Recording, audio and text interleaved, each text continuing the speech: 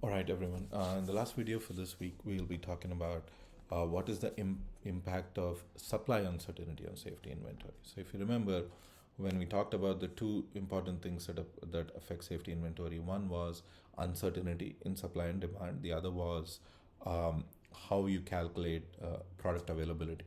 So, in the last few videos, we looked at demand uncertainty. We looked at what happened, how you manage cycle service levels. We looked at how you manage and how you calculate fill rates. Now, the last thing that we look at is supply uncertainty. By supply uncertainty, we are talking about uncertainty in the lead time itself. So we don't know exactly when our supply is going to reach us. Right. So the other piece of supply uncertainty is if you order 100 items, you only end up receiving 70. So that sort of supply uncertainty, that's much more difficult to manage, and we're not going to talk about that here. We'll assume that whenever you place an order, you'll receive the whole order that you placed. But the uncertainty we'll talk about is instead of the lead time being a fixed number, what if it is variable, right? So we can incorporate, like I said, we can incorporate supply uncertainty by assuming lead time is uncertain. Right, so we have average demand per period that we had before in the standard deviation of demand per period. But on top of that, we also have that L, instead of being lead time, is now the average lead time. And we also have a standard deviation for lead time itself as SL. Now, with this, again, we still have to look at the demand during lead time. That's the time when we are uncertain about what's going to happen. We can potentially run out. So we are not able to satisfy customer demand and so on. So everything based on cycle service levels and fill rates and all of that will come into play. So now, how do we calculate the average demand during lead time, and how do you calculate the standard deviation of demand during lead time? Well, the formulas are slightly more complicated. So the average demand during lead time remains the same. So the averages usually remain the same. It's just average times average demand times average lead time. But it's a standard deviation that is more complicated. So this piece comes from, so if you remember, the standard deviation of demand during lead time when lead time is fixed was square root of L times sigma D. This is just the square of that. Square root of L, you square root of L, you'll just get L. Square of sigma D is sigma D square. So this piece comes from the uncertainty in demand, but this piece comes from the uncertainty in lead time itself. So D times SL, and you add that. So this piece comes from demand, this piece comes from the lead time, and this whole thing gives you the standard deviation of demand during lead time. Now, the derivation of this is really not that difficult, and it's pretty intuitive to understand, but I just don't want to go, don't have time for that here. Okay, so let's go back to the example that we've been looking at. So if you assume that average demand during lead time is 2500, so the average demand per period is 2500. In this case, it's say days, and standard deviation of demand per day is 500.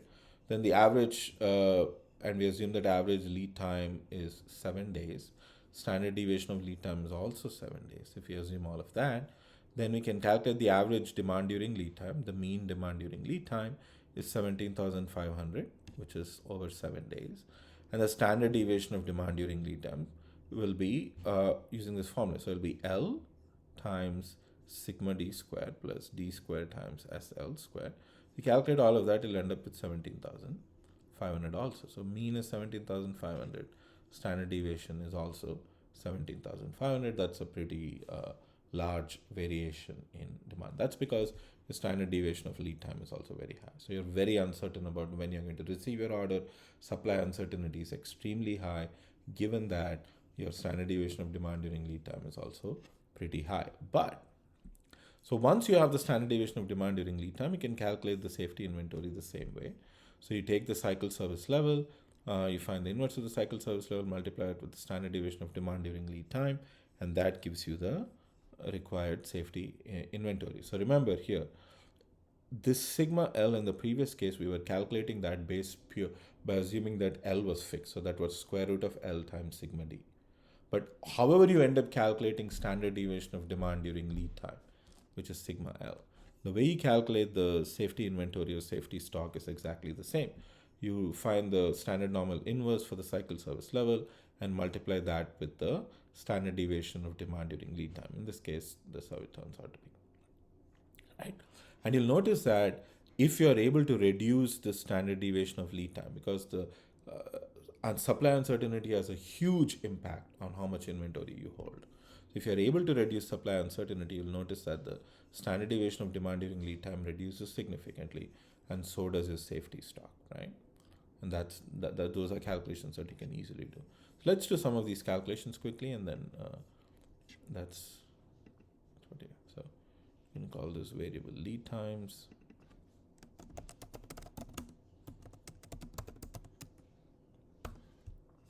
Right. So here the numbers are different. We are looking at days instead of weeks. So we'll do D per day, capital D per day, and then we'll have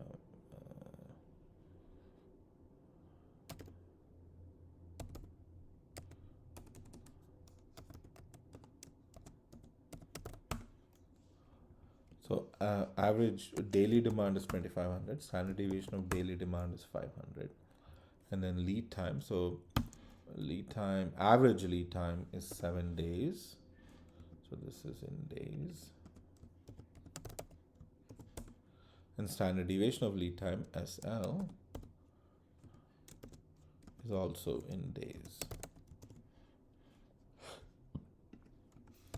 And this is also 7.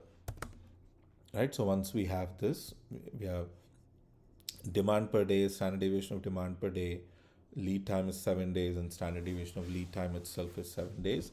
We can calculate demand during lead time and standard deviation of demand during lead time.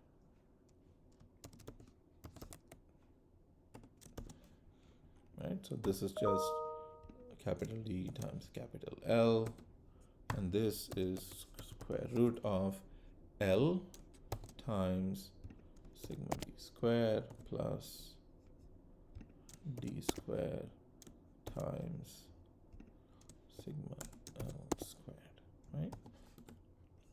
17,549, slightly more than the 17,500 that we calculated, but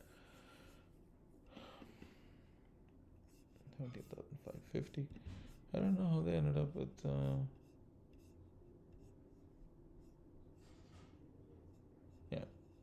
that's wrong. 7,500. Yeah. This cannot be 17,000. It's 17,550. Yeah. I don't know why they did that. 7 times 500 squared plus 2,500 squared times 7 squared. Yep, I got that right. Okay, so with this we can calculate. So if our cycle service level is 95%, let's say, we can calculate safety stock as the standard normal inverse of norm dot s dot inv of 95% times standard deviation of demand during lead time. Oh, of course, I'm going to have to round this.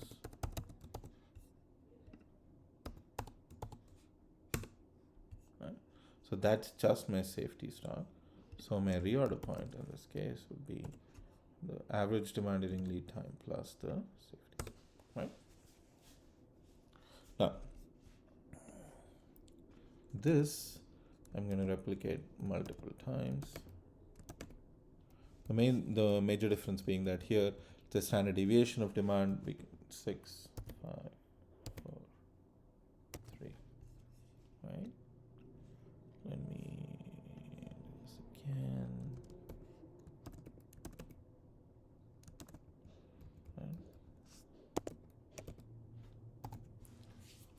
So notice that if there is no uncertainty in lead time at all, so it's exactly 7 days, this is what your reorder point is going to be. But as the uncertainty increases, the jump in reorder point is pretty significant, right? As it becomes more and more uncertain, the coefficient of variation is almost 1. So given that it's pretty high, the reorder point is pretty high. So reducing uncertainty in lead time can have a huge impact on how much safety stock you'll need to hold to have the same cycle service level, right? Okay, so that's that. So that's the end of this video. So this is what happens when there's an impact, when lead time itself is a variable.